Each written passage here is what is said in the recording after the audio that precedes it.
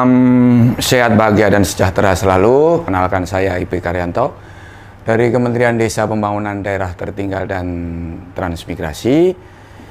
Akan menemani saudara-saudari sekalian dalam pembelajaran tentang citra diri pendamping desa.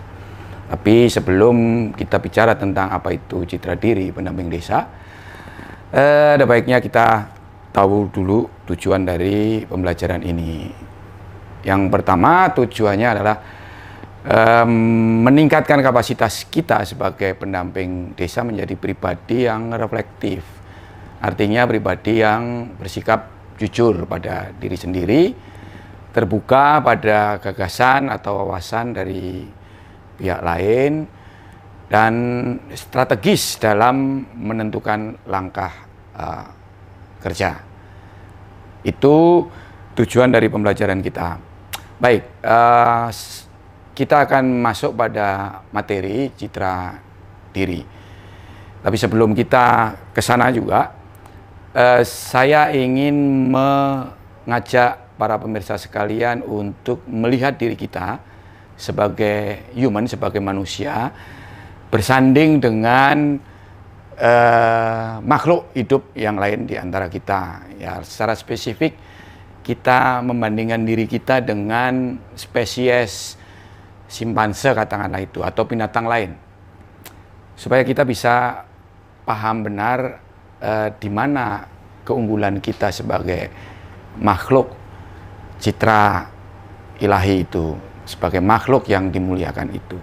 Nah, apa relevansinya dengan citra diri? Relevansinya dalam gambaran yang saya sampaikan tadi sederhana saja. Binatang dia tidak punya citra diri, dia tidak mengenal citra diri. Binatang adalah binatang. Nah, manusia ini punya citra karena dia punya kekhasan pada masing-masing. Setiap individu, setiap pribadi itu punya kekhasan. Nah, setiap pribadi punya citra sendiri-sendiri yang berbeda dengan pribadi yang lain. Nah, citra itu gampangnya adalah gambar, wajah. Ya, yang sulit itu kita menerjemahkan apa artinya diri. Nah, inilah paradigma ketika kita akan memahami, mempelajari tentang apa itu citra diri. Kita mesti paham apa itu sebenarnya diri, self dalam bahasa Inggrisnya itu. Diri itu adalah individu. Individu itu adalah orang per orang, kas, yang mempunyai kehendak bebas, berakal budi, yang berada bersama dengan lingkungannya. Ini penting paradigma ini. Yang pertama adalah dia punya kehendak bebas. Nah, yang kedua dia berakal budi, artinya dia punya kecerdasan otak, dia punya budi, dia punya kecerdasan emosional, kecerdasan sosial, dan yang ketiga dia berada bersama dengan dunianya. Dunia ini dalam pengertian baik lingkungan sosial, artinya dia berada bersama individu yang lain, maupun dunia dalam arti lingkungan semesta, alam. Nah, diri ini saya ilustrasikan tadi dengan pertumbuh kembangan manusia sebagai makhluk. Diri ini belum sempurna. Di satu sisi dia dilahirkan sebagai makhluk yang punya berbagai potensi, tetapi tidak selesai di situ. Sesuai dengan kodrat ilahi, dia punya tugas untuk mengembangkan dirinya itu, mengembangkan potensinya itu. Dia mengembangkan potensi sebagai individu yang ada bersama dengan dunianya. Atau dalam istilah psikologis atau istilah pada umumnya, manusia harus mengaktualisasi potensinya. Potensi itu belum apa-apa kalau dia tidak menjadi aktus, dia tidak menjadi tindakan. Ya. Jadi citra itu akan lekat dengan gambaran tentang tindakan seseorang. Nah, salah satu aktualisasi dari pribadi itu tercermin dalam cara dia bekerja. Ini penting, ini kaitannya dengan profesi saudara-saudara sekalian sebagai pendamping desa. Pendamping desa itu adalah sebuah pekerjaan. Dia adalah sebuah pilihan profesi. Dia adalah pekerjaan dari makhluk yang disebut individu. Nah, bekerja dalam konteks tugas manusia mengaktualisasi diri itu bukan sebagai sebuah tindakan yang semena-mena atau tindakan yang spontan. Dia adalah sebuah pilihan sadar yang dia lakukan untuk menjadi pribadi yang sepenuhnya bermanfaat. Bermanfaat bagi siapa? Itu bermanfaat bagi diri sendiri dan bagi lingkungannya. Ada 3 hal yang bisa kita lihat dalam konteks manfaat bekerja itu, yaitu untuk memenuhi kebutuhan hidup sendiri, ya. Jadi bekerja untuk memenuhi kebutuhan sendiri-sendiri. Saya bekerja karena saya dituntut untuk bisa hidup sendiri, tidak mengganggu kehidupan orang lain. Itu satu. Yang kedua, kita menghormati kehidupan. Menghormati kehidupan itu, jadi bekerja menghormati kehidupan itu artinya kita paham benar bahwa pihak lain, orang lain, itu juga bekerja, dia punya hak juga atas wilayah pekerjaannya dan kita tidak mengganggu dia. Itu namanya menghormati. Itu satu. Yang kedua, kita bekerja bersama individu yang lain, bekerja bersama, kolaborasi. Itu adalah menghormati kehidupan. Yang ketiga, kita menghidupi orang lain, misalnya seorang bapak, dia menghidupi istrinya dan anak-anaknya, itu menghormati kehidupan. Begitu juga seorang istri, dia menghidupi bapaknya, suaminya, dan menghidupi anak-anaknya, itu dia menghormati kehidupan. Nah, yang ketiga, kita bekerja itu untuk memuliakan kehidupan. Apa artinya memuliakan kehidupan? Memuliakan kehidupan itu artinya adalah di dalam pekerjaan kita menyerahkan diri sepenuhnya pada pekerjaan itu, sehingga orang lain ketika melihat kita itu akan merasa ikut senang, ikut bahagia. Jadi ketika kita bekerja membawa dampak perubahan pada lingkungan sekitar kita, itu pengertian sederhana artinya memuliakan kehidupan. Nah, ini tentang paradigma diri kita, pribadi kita. Nah, citra diri itu dalam konteks ilmu psikologis, akademis, itu bisa dimengerti dalam 4 perspektif. Ya, yaitu yang pertama itu saya berpikir orang lain memandang saya. Jadi gambaran orang lain terhadap saya. Saya memikirkan, misalnya Bapak A, B, C, dan D. Saya berinteraksi dengan Bapak Ibu sekalian. Saya berpikiran, Bapak Ibu sekalian ini memikirkan tentang diri saya itu seperti apa ya? Nah, itu satu perspektif. Bagaimana kita melihat orang lain memandang diri kita. Itu satu. Ya. Kemudian saya sendiri memandang diri saya. Itu perspektif yang lain. Saya ini seperti apa ya? Gambaran saya itu seperti apa ya? Nah, dan yang berikutnya adalah saya melihat orang lain benar-benar memandang diri saya seperti apa. Kalau saya misalnya dengan teman dekat, dengan sahabat, orang lain akan bicara tentang diri saya. Nah, itu juga disebut gambaran tentang citra diri atau diri saya menurut orang lain. Nah, yang paling penting sekarang adalah persepsi saya sendiri tentang diri saya. Persepsi faktual tentang diri saya, apa adanya. Nah, ini yang akan kita bahas. Tadi dalam perspektif itu. Nah, tetapi citra diri ini tidak akan bisa kita lepas dalam konteks pemahaman kita tentang konsep diri. Jadi, konsep diri itu adalah tentang bagaimana kita mendesain diri kita sebagai pribadi, sebagai individu. Konsep diri itu terdiri dari 3 unsur. Yang pertama itu adalah self ideal atau diri ideal, gambaran tentang diri ideal kita. Ini biasa terjadi pada dunia anak-anak. Dunia anak-anak kan sangat senang dia mengidealkan tentang tokoh-tokoh tertentu, tentang superhero dan lain sebagainya. Nah, mungkin kita pun meskipun sudah dewasa juga punya gambaran ideal kita tentang diri kita. Misalnya para pemirsa yang biasa menonton film-film drakor atau drama Korea itu mempunyai gambaran tentang, oh saya itu seperti si peran utama dalam drama Korea itulah, kayak gitu. Itu self ideal kita. Kita menggambarkan diri kita seolah-olah itu kita seperti itu. Nah, yang kedua itu self image atau yang kita sebut tadi citra diri. Nah, ini yang paling penting. Citra diri dalam konteks ini adalah gambaran faktual kita tentang diri kita. Kata faktual menjadi penting karena kita tidak lagi bicara tentang sesuatu yang ideal, tetapi kita apa adanya. Nah, ini mengandaikan orang yang reflektif, yang bisa mengenal citra dirinya dalam konteks ini adalah orang yang reflektif, jujur. Dia mau jujur pada diri sendiri. Dia bisa mengenali aspek negatif, aspek positif dari diri dia. Nah, ini penting. Nah, yang ketiga adalah self esteem atau harga diri. Harga ini namanya juga harga, jadi kita menghargai diri kita itu seberapa. Artinya lebih bicara pada nilai saya itu seberapa sih. Ini menyangkut bagaimana kita menilai diri sendiri, menghargai diri sendiri. Kalau kita mengenal citra diri kita secara jujur ya dan terbuka, kita akan bisa menilai diri kita itu harga dirinya seberapa.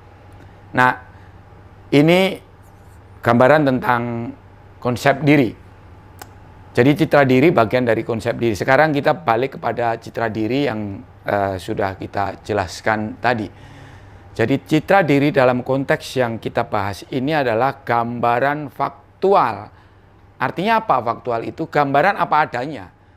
Ya, dalam bahasa yang lain itu who am I? Siapa diri kita itu?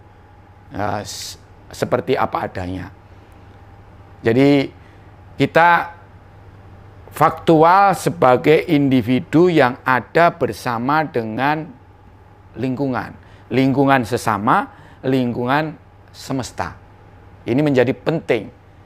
Nah, seperti apa gambaran kita? Ini penting karena gambaran diri kita itu akan menggerakkan kita.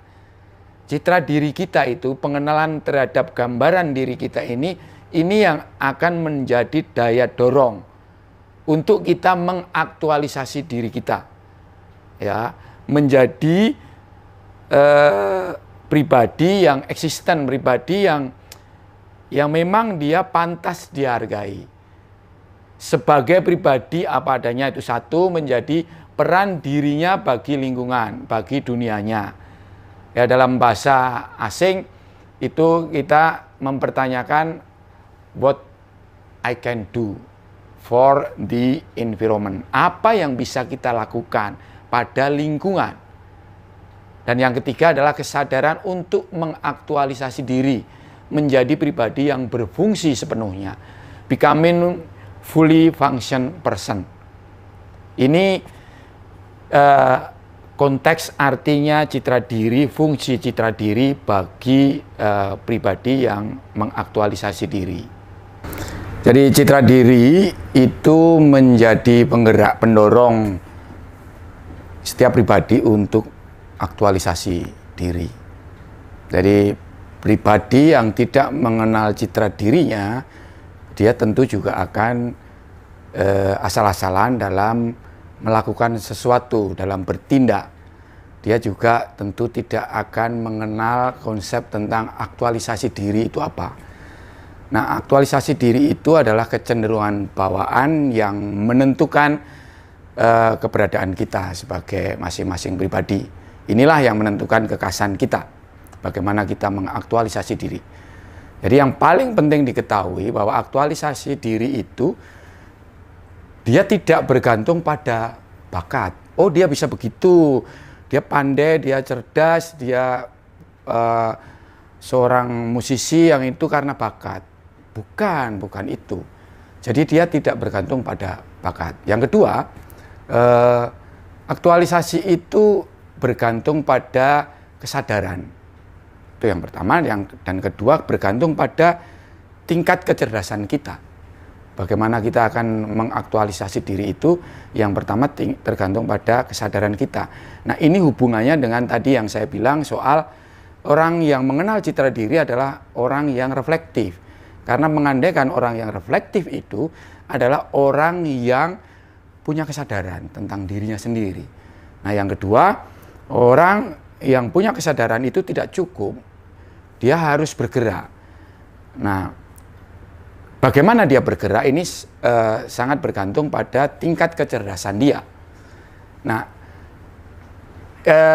tingkat kecerdasan dia, tingkat kesadaran dia, dan bagaimana dia mengaktualisasi diri itu sangat bergantung pada lingkungannya. Ya, lingkungan ini yang akan membentuk citra diri seseorang. Nah, makanya dikenal ada istilah citra diri positif dan citra diri negatif. Apa itu citra diri negatif? Citra diri negatif adalah citra diri yang menggambarkan dirinya itu adalah pribadi, sosok yang lemah, yang tidak punya kemampuan, yang pesimis, dan lain sebagainya. Artinya peyoratif lah terhadap dirinya sendiri. Nah, kemudian citra diri yang positif itu adalah persepsi diri kita yang kuat. Ya, bagaimana kita menginternalisasi diri tentang nilai-nilai integritas. Apa itu nilai-nilai integritas? Itu nilai-nilai yang positif. Nilai-nilai tentang kejujuran, ya, nilai-nilai tentang keugaharian, nilai-nilai tentang empati. Ya, intinya adalah nilai-nilai yang menghantarkan kita menjadi pribadi yang berkembang sepenuhnya, ya, berfungsi sepenuhnya.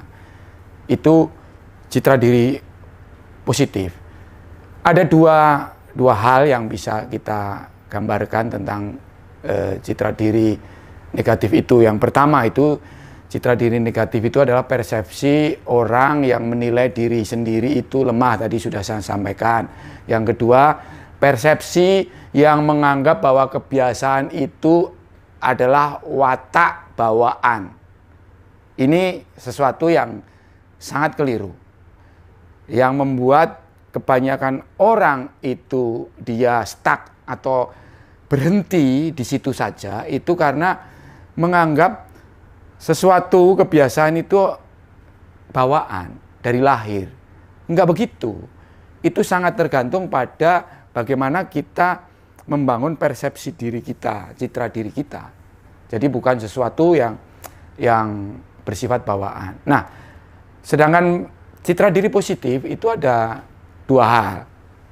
Yang pertama, citra diri positif itu adalah persepsi orang yang menilai diri sendiri sebagai pribadi yang tangguh, kuat dalam menginternalisasi nilai-nilai integritas. Dia punya prinsip yang terbaik yang harus dia lakukan. Yang kedua, dia mempunyai pandangan bahwa setiap keadaan itu adalah tantangan. Jadi dia harus bisa melampaui setiap tantangan. Yang ketiga, dia percaya diri. Yang keempat, dia juga punya pandangan yang optimistik. Dan kelima, pribadi yang adaptif. Dalam situasi apapun dia mampu survive, mampu hidup. Dia mampu berinteraksi dengan macam-macam orang. Dia masuk di dalam golongan yang berbeda, dia mampu beradaptasi di situ. Nah, yang kedua, citra diri positif itu adalah persepsi individu yang menganggap kebiasaan itu sebagai hasil dari pembiasaan, dari hasil pembelajaran, dari hasil repetisi yang dilakukan berulang-ulang, sehingga dia mempunyai satu kebiasaan. Ini pribadi yang seperti itu adalah pribadi yang mempunyai komitmen, ya, pribadi yang terbuka pada pandangan-pandangan pihak lain, pada gagasan-gagasan baru, pribadi yang toleran, pribadi yang mempunyai intensitas, jadi ketangguhan menekuni sesuatu terus-menerus. Dan yang terakhir itu pribadi yang reflektif, karena dia akan menggunakan pengalaman itu sebagai sebuah basis pembelajaran. Jadi setiap pengalaman dia refleksikan dan dia memperbarui kekeliruan-kekeliruannya atau melakukan inovasi dari apa yang sudah dia lakukan. Ini gambaran tentang citra diri positif. Yang mempengaruhi citra diri seseorang itu, pengaruh citra diri negatif dan positif itu ada dua. Yang pertama itu pengaruh unsur eksternal. Yang dimaksud pengaruh unsur eksternal itu adalah lingkungan sosial seperti keluarga, kampung, atau komunitas, peer group, dan lain sebagainya. Ini menjadi sangat penting. Jadi pengalaman kita masa kecil, kita berada bersama dengan keluarga, dengan ayah, ibu, lingkungan keluarga besar, dan kampung itu akan sangat menentukan bagaimana kita mengenali citra diri kita. Bagaimana citra diri kita itu dibentuk. Dalam satu teori pendekatan neuroscience itu disebutkan bahwa 95% tindakan kita itu ditentukan oleh alam bawah sadar kita. Ya. Ini dari manakah 95% ini dibentuk? Ini dibentuk dari masa kecil kita. Jadi semasa kecil kita, otak besar kita itu belum terbentuk secara sempurna. Nah, lalu bagaimana anak-anak itu bisa belajar tentang sesuatu, merekam sesuatu, kemudian dia bertindak. Itu karena dia merekam di bawah sadarnya, tindakan orang tuanya, kelakuan orang tuanya, perintah, cara mendidik orang tuanya atau lingkungannya, itu direkam dengan baik di bawah sadar dia. Dan itu kemudian menjadi satu program yang menggerakkan kita ketika kita merespon sesuatu yang kurang lebih sama dalam lingkungan yang kurang lebih sama atau pengalaman yang kurang lebih sama yang kita temukan di masa kecil. Ya, ketika kita berhadapan dengan orang tua misalnya, ketika kecil kita ditakut-takuti dengan macam-macam cerita, dan itu secara tidak langsung kita rekam di bawah sadar kita. Dan itu akan menjadi program yang menggerakkan kita, sehingga kita menjadi anak atau pribadi yang tumbuh dengan ketakutan. Nah, sementara yang 5% itu dari mana? 5% yang menggerakkan kita itu dari mana? 5% yang menggerakkan kita itu adalah kekuatan sadar kita. Jadi otak besar kita. Nah, otak besar kita ini kan dalam evolusi perkembangan otak ini kan terbentuk terlambat, sehingga dia membutuhkan sesuatu memori yang harus dilatih. Bagaimana cara melatihnya? Yaitu dengan pembiasaan, dengan belajar dan lain sebagainya. Jadi bisa dibayangkan 95% kita ini digerakkan oleh bawah sadar kita, sementara hanya 5% yang menggerakkan kita secara sadar. Nah, lingkungan sosial ini bisa menentukan menjadi lingkungan yang akomodatif. Lingkungan akomodatif itu adalah lingkungan yang akan menumbuhkan citra diri kita menjadi positif. Ya. Lingkungan yang menyediakan atmosfer yang mendukung individu untuk membangun persepsi citra diri yang positif. Itu lingkungan akomodatif yang akan menghadirkan individu sebagai dirinya sendiri. Individu yang dapat memberi dan menerima individu lain sesuai dengan peran, fungsi, dan kekasannya masing-masing. Tetapi lingkungan sosial juga bisa menjadi lingkungan yang represif. Lingkungan yang represif ini adalah lingkungan yang kurang mendukung untuk pertumbuh kembangan kita menjadi pribadi yang sepenuhnya bermanfaat. Ya, individu yang tidak tampil apa adanya, individu yang cenderung menutup-nutupi, individu yang cenderung mencari amannya sendiri, individu yang bersembunyi di balik mungkin kekuatan orang lain. Ya, Kemudian individu yang hadir sebagai orang lain, jadi dia tidak menampilkan apa adanya. Dia ketika berada dengan lingkungan yang lain, dia bila-bilain menjadi orang yang bukan dirinya sendiri, yang dikehendaki oleh orang lain.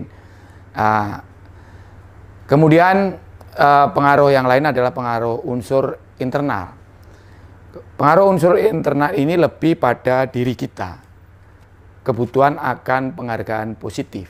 Jadi di dalam diri setiap orang itu dari kecil sampai dewasa pun ada kebutuhan untuk dihargai. Ini berpengaruh pada pembentukan citra diri kita. Penghargaan positif bersyarat atau conditional positive reward. Dan ini salah satu kebutuhan diri berdasarkan penghargaan positif. Ketika kecil kita itu mau belajar atau melakukan sesuatu karena orang tua, ayah atau ibu itu akan memberi reward, akan memberikan penghargaan. Sehingga kita belajar, kita rajin, kita melakukan sesuatu yang baik. Itu dasarnya adalah supaya kita dihargai. Nah ini kebutuhan diri bersyarat, kebutuhan diri positif yang bersyarat. Tetapi ada juga penghargaan positif tidak bersyarat. Nah ini tidak banyak, meskipun ada tetapi tidak banyak. Ini yang kemudian dalam istilah akademis tertentu itu disebut pribadi yang altruis. Dia tidak peduli pada siapakah dia yang saya dekati. Kalau saya memang mau memberikan sesuatu pada dia, dia tidak akan peduli siapa yang akan saya beri. Contoh yang paling konkret adalah sosok seorang ibu. Sosok seorang ibu, maaf, ini contohnya misalnya salah satu anaknya itu dia berkekurangan, ya, katakan dengan istilah yang dia berkebutuhan khusus. Tetapi dia tidak akan peduli, seluruh energi, waktu, dan lain sebagainya, dia akan berikan pada anak itu tanpa syarat. Ini satu contoh yang paling konkret. Dalam contoh-contoh lain, dalam dunia yang sering kita lihat, ada yang sering disebut hero atau orang yang punya concern pada social entrepreneur. Dia mengabdikan dirinya untuk perkembangan sebuah komunitas dan lain sebagainya. Itu contoh bagaimana penghargaan positif tak bersyarat. Jadi citra dirinya dibangun atas dasar itu. Jadi dia bertindak memberi sesuatu tidak ada syarat, tidak ada hitung-hitungannya. Kemudian apa itu citra diri positif? Citra diri positif itu artinya pribadi yang bisa berfungsi sepenuhnya. Yang tadi saya istilahkan dengan bahasa asing itu fully function person. Ini bukan istilah saya sendiri tentu saja. Ini istilah yang saya ambil dari orang yang memang menekuni apa itu citra diri. Nah, apa itu artinya?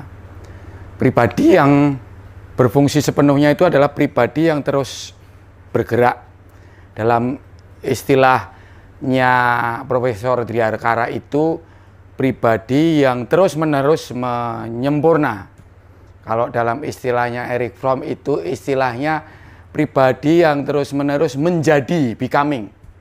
Jadi orang yang mau terus bergerak, terus-menerus menjadi diri yang sebenar-benarnya. Dia yang mencari terus seperti apa. Nah, istilah menjadi diri yang sebenar-benarnya itu juga istilahnya seorang filsuf juga, ya, Søren Kierkegaard itu.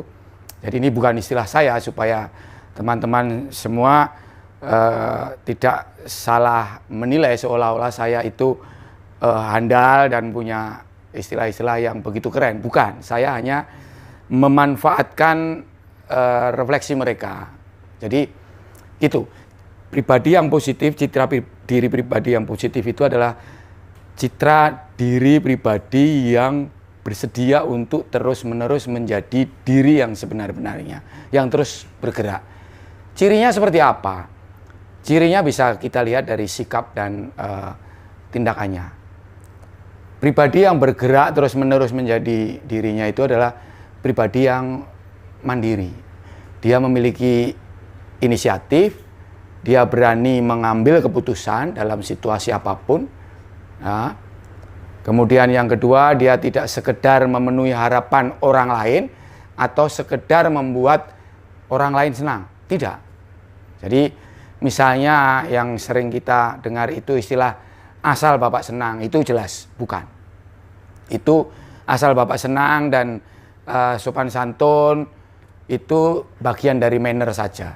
Nah, bagian dari bagaimana kita menghargai, menghormati orang lain, menjaga supaya tidak ada friksi, tidak ada konflik. Tetapi pada prinsipnya, pribadi yang menjadi diri yang sebenar-benarnya itu adalah pribadi yang tidak sekedar memenuhi keinginan atau kesenangan orang lain. Kemudian dia juga terbuka pada diri sendiri dan pada pengalaman baru. Jadi orang yang mempunyai citra diri positif itu orang yang pasti dia komunikatif. Dia bisa menerima kehadiran orang lain, dia bisa menerima gagasan, pandangan-pandangan orang lain, dan itu akan menjadi bagian dari dirinya. Yang terakhir, empati pada lingkungan sosial, pada orang lain dan pada lingkungan alam. Empati ini menjadi penting. Ya, ini nanti hubungannya kalau saudara-saudari semua belajar tentang kecerdasan emosi, tentang kecerdasan sosial, empati ini posisinya di mana ini akan menjadi sangat jelas.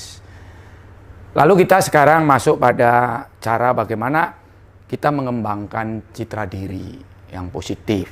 Nah, tidak banyak. Jadi saya bukan seorang motivator, tapi paling tidak dari pengalaman saya mencoba merumuskan dan mencoba melihat pengalaman saya sendiri dengan berbagai macam referensi yang kita baca, yang sudah kita kenali. Yang pertama adalah kita harus mampu mengenali kesulitan-kesulitan yang kita hadapi, sisi-sisi negatif yang ada pada kita. Nah itu tadi, ini kaitannya dengan kemampuan kita untuk melakukan refleksi dan kejujuran kita. Kalau kita tidak reflektif, nah, kita tidak berani jujur pada diri sendiri, maka kita pun akan cenderung untuk menutup-nutupi hal-hal yang negatif, kesulitan-kesulitan kita. Ya, seolah-olah semuanya berjalan baik-baik saja, padahal ada banyak persoalan yang harus kita lihat. Nah, ini penting, karena ini nanti konsekuensinya adalah kalau kita sudah mengenali itu, ya kita akan dituntut untuk mampu bekerja keras, menciptakan program untuk mencapai apa yang kita inginkan, yaitu mengatasi kelemahan-kelemahan kita, kesulitan-kesulitan kita. Nah, yang kedua terkait dengan itu adalah bagaimana mengembangkan citra diri itu adalah kita latihan, melatih. Ini yang 5% dari kesadaran tadi. Ya, melatih itu adalah repetisi, melakukan pengulangan. Seperti kita belajar naik sepeda. Itu ya ada yang sekali dia belajar mancal, goes, langsung bisa. Tapi juga ada yang belajar butuh waktu berkali-kali. Seorang atlet katakan Rudi Hartono atau Susi Susanti lah. Ya, dia tidak lahir tiba-tiba menjadi seorang atlet badminton, tidak. Dia butuh repetisi, dia harus mampu melakukan pembelajaran untuk mengisi kesadaran yang 5% tadi. Sehingga latihan itu karena dia terus-menerus tekun dan berulang-ulang, alam sadarnya dia itu akan merekam dan menjadikan itu sebagai sebuah program yang disimpan ke dalam bawah sadar dia.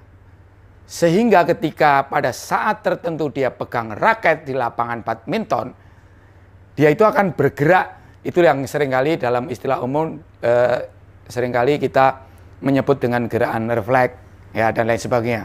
Padahal itu bukan gerakan refleks, itu gerakan yang dia latih dan terprogram. Sehingga ketika ada shuttlecock ke kanan, dia bagaimana harus memukul itu bergerak sendiri. Nah, kemudian aspek-aspek yang harus dilatih itu bukan hanya aspek-aspek keterampilan. Ada tiga ranah yang harus disentuh dalam pelatihan ini. Dan kalau kita ingin menjadi pribadi yang memiliki citra diri positif, menjadi pribadi yang utuh tadi, berfungsi sepenuhnya, ya kita kembangkan seluruh potensi kita.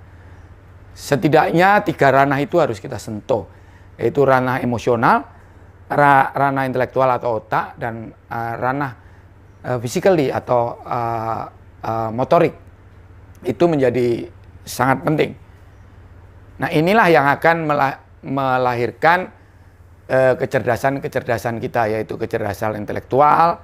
Ya, kita akan menjadi pribadi yang reflektif, kritis, analitis, kemudian kecerdasan emosional, kita akan punya sensitivitas terhadap lingkungan, kita punya empati pada pihak lain, pada pihak yang lebih membutuhkan, kemudian kita juga punya kecerdasan sosial, kita punya compassion, keberpihakan yang jelas, dan bagaimana harus mewujudkan itu. Itu semua akan terlihat pada 1, tindakan kita, 2, pada sikap kita, pada tutur kata kita. Tutur kata ini adalah komunikasi. Dan yang keempat itu pada penampilan kita. Nah, saya kira ini sesi pembelajaran tentang apa itu citra diri. Lalu bagaimana hubungannya dengan citra diri pendamping desa. Tadi saya sampaikan bahwa bekerja itu adalah sesuatu tindakan kodratiah yang harus dilakukan oleh manusia secara sadar. Nah, karena itu teman-teman sekalian, saudara-saudari sekalian yang menjadi pendamping desa, pendamping lokal desa, harus memahami pertama-tama bahwa pendamping desa atau pendamping lokal desa itu adalah sebuah pekerjaan yang profesional, ya, yang ditawarkan kepada saudara-saudari sekalian.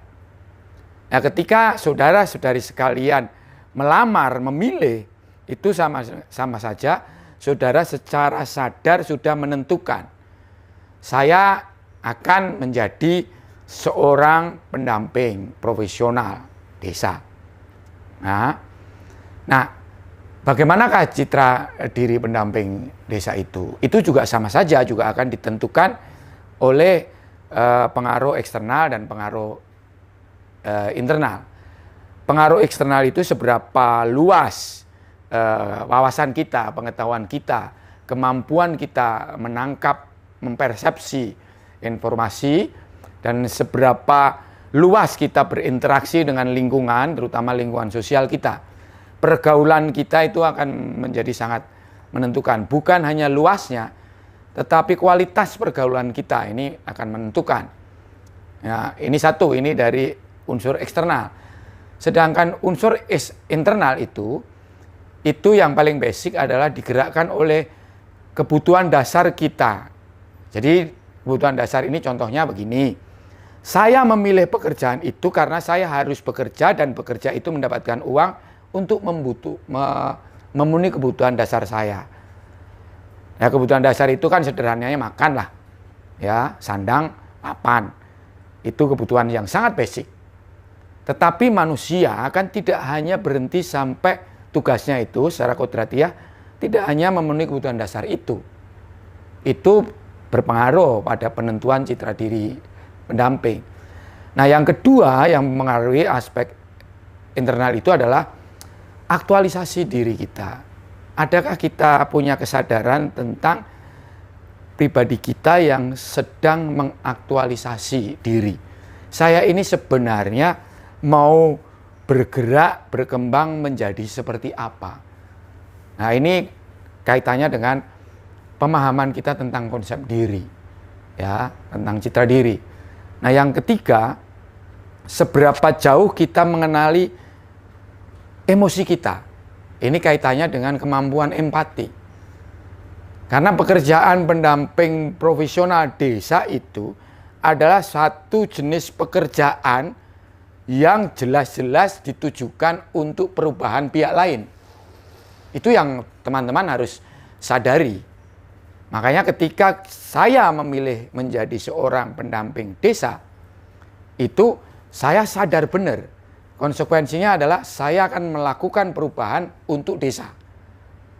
Jadi pilihannya seperti itu. Sebenarnya sama dengan seorang CEO di dalam sebuah perusahaan ketika dia ditunjuk atau dipilih, atau dia apapun proses penempatannya, dia harus menempatkan diri sesadar-sadarnya bahwa posisi saya sebagai CEO ini, tugas utamanya adalah menyelamatkan perusahaan ini, company ini. Dan company ini isinya macam-macam, termasuk menghidupi sekian ratus, sekian ribu manusia. Nah, ini yang harus ditanamkan pada diri teman-teman sekalian.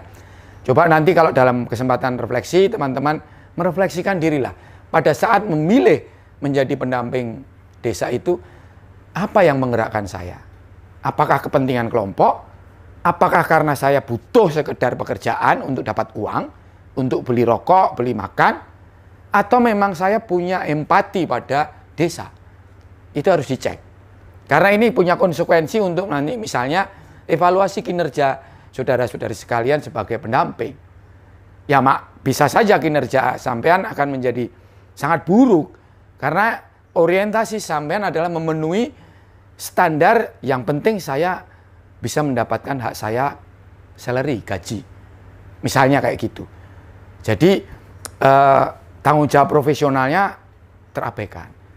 Ini dua unsur inilah yang kemudian nanti akan menjadi satu kesadaran dalam diri kita dalam memaknai aspek kerja pendampingan desa. Nah, apa itu aspek kerja pendampingan desa? Apa itu diri pendamping desa? Diri pendamping desa itu ya pribadi yang mempersiapkan pendampingan desa sebagai aktualisasi untuk menjadi diri yang sepenuhnya bermanfaat bagi diri dan dunianya. Dalam hal ini itu desa dan negara. Kenapa saya memberikan stressing juga pada negara? Karena begini, ketika sampean itu memilih sebagai pendamping, mendaftar, kemudian ikut tes, itu sampean kan sudah tahu bahwa pendamping desa itu adalah satu pekerjaan yang disediakan oleh negara. Dan negara itu menyediakan pekerjaan ini atas mandat undang-undang. Ketika negara dalam hal ini pemerintah, lebih spesifik dalam hal ini Kementerian Desa, merasa tidak sampai tangannya ke desa untuk melakukan pekerjaan-pekerjaannya, Undang-Undang Desa itu memberikan mandat, silahkan Anda dibantu oleh pendamping-pendamping profesional. Nah, dalam konteks itulah para pendamping desa semestinya sadar bahwa pekerjaan ini dunianya adalah dunia desa dan negara. Anda menjadi bagian desa, sekaligus Anda menjadi bagian dari negara yang berkewajiban untuk hadir, membimbing, dan membina desa. Itu. Nah, jadi sekali lagi saya tekankan bahwa pendamping desa itu merupakan pilihan sadar. Pilihan yang berdasarkan kehendak bebas individu. Nah, kalau sampean sadar, itu dalam perkembangannya, ketika Anda sudah diterima, pengandaiannya Anda akan belajar mandiri atau Anda akan diberi materi atau dibimbing oleh pihak-pihak yang berwenang, dalam hal ini Kementerian Desa, untuk paham benar apa itu aspek-aspek kerja pendamping desa yang harus kita internalisasi ke dalam diri kita.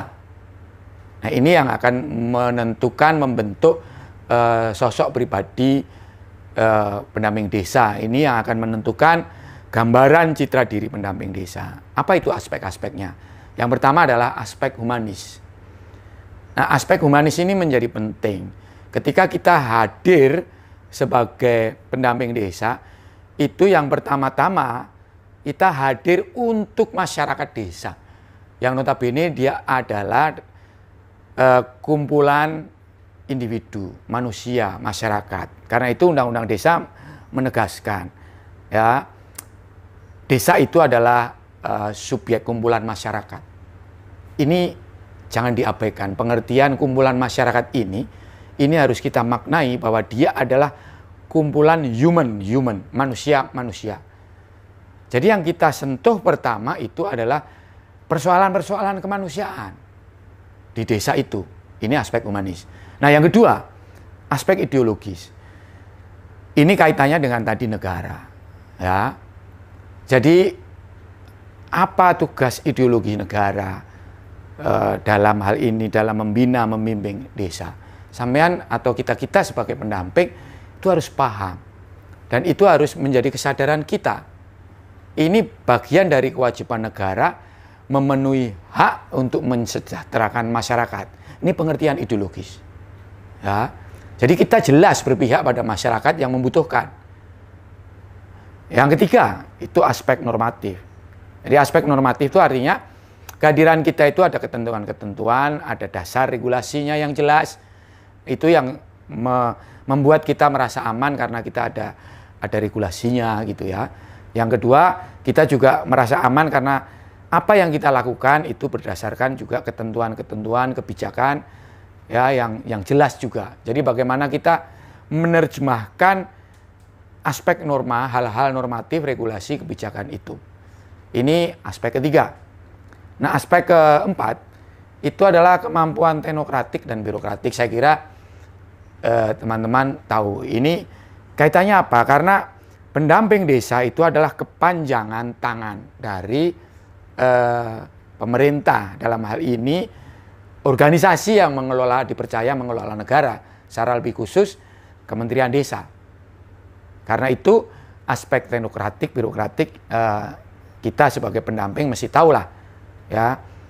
Minimal kita memahami misalnya apa itu siklus pembangunan desa dan bagaimana membuat tata kelola pembangunan desa itu. Di situ ada aspek-aspek teknokratik, birokratik yang harus kita pahami.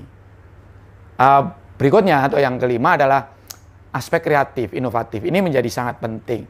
Kadang-kadang kita sering mendengar keluhan-keluhan bukan hanya pendamping desa ya, fasilitator pun untuk fasilitator komunitas dan lain sebagainya seringkali mengeluh, iya di komunitas saya, di desa saya itu sangat miskin, sarana dan prasarana nggak ada, sumber dayanya terbatas dan lain sebagainya.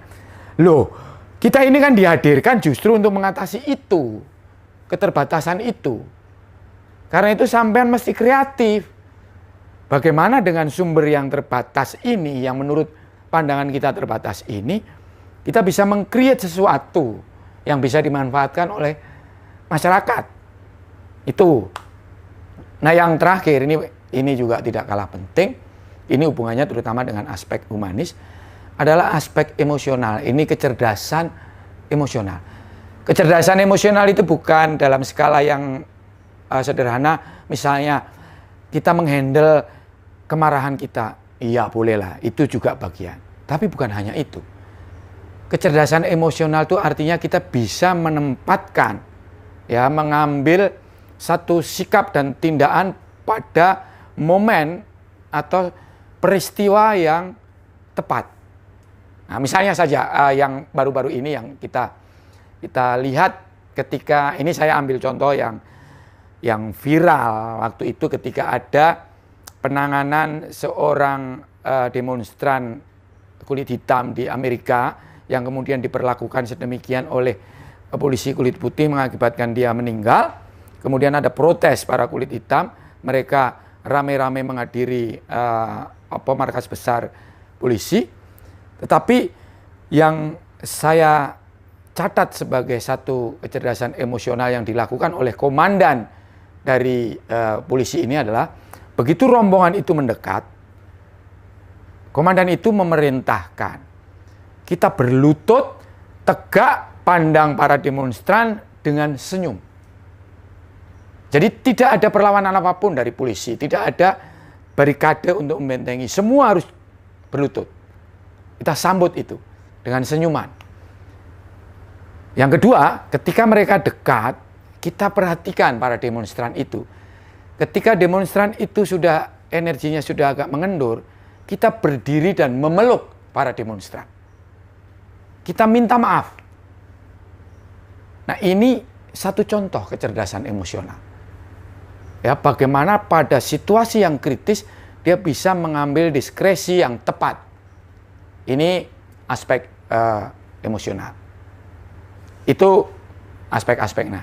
Nah, seperti apa sebenarnya gambaran citra diri pendamping desa itu? Citra positif pendamping desa dapat dilihat dari karakteristik, sikap, tindakan, dan perilaku pendamping desa dalam mewujudkan komitmennya. Jadi misalnya saja kita akan mengukur, jadi ini bisa menjadi ukuran kinerja juga. Ya. Misalnya intensitas, intensitas. Kedekatan pendamping ini dengan masyarakat. Ini kaitannya dengan aspek humanis. Karena kita ini bekerja bukan untuk desa sebagai satu wilayah yang anonim, tetapi desa sebagai ruang hidupnya masyarakat, manusia. Jadi seberapa besar intensitas kita itu, kedekatan kita dengan masyarakat. Itu satu. Yang kedua, kita terbuka pada pengalaman dan pandangan pihak lain. Jadi kita hadir itu tidak semata-mata menggurui. Kita hadir itu membuka telinga untuk mendengarkan sebanyak-banyaknya. Entah itu keluhan, entah itu kritik, entah itu aspirasi dan lain sebagainya. Kita mendengarkan. Tetapi juga tidak hanya mendengarkan, kita menjadi mitra dialog. Ini keterbukaan. Yang ketiga, dari kedekatan kita kemudian tercipta satu konstruksi dialog, akan muncul ide-ide. Lalu yang ketiga, seberapa besar ide-ide kita ini kita lahirkan sebagai satu gagasan-gagasan yang konstruktif.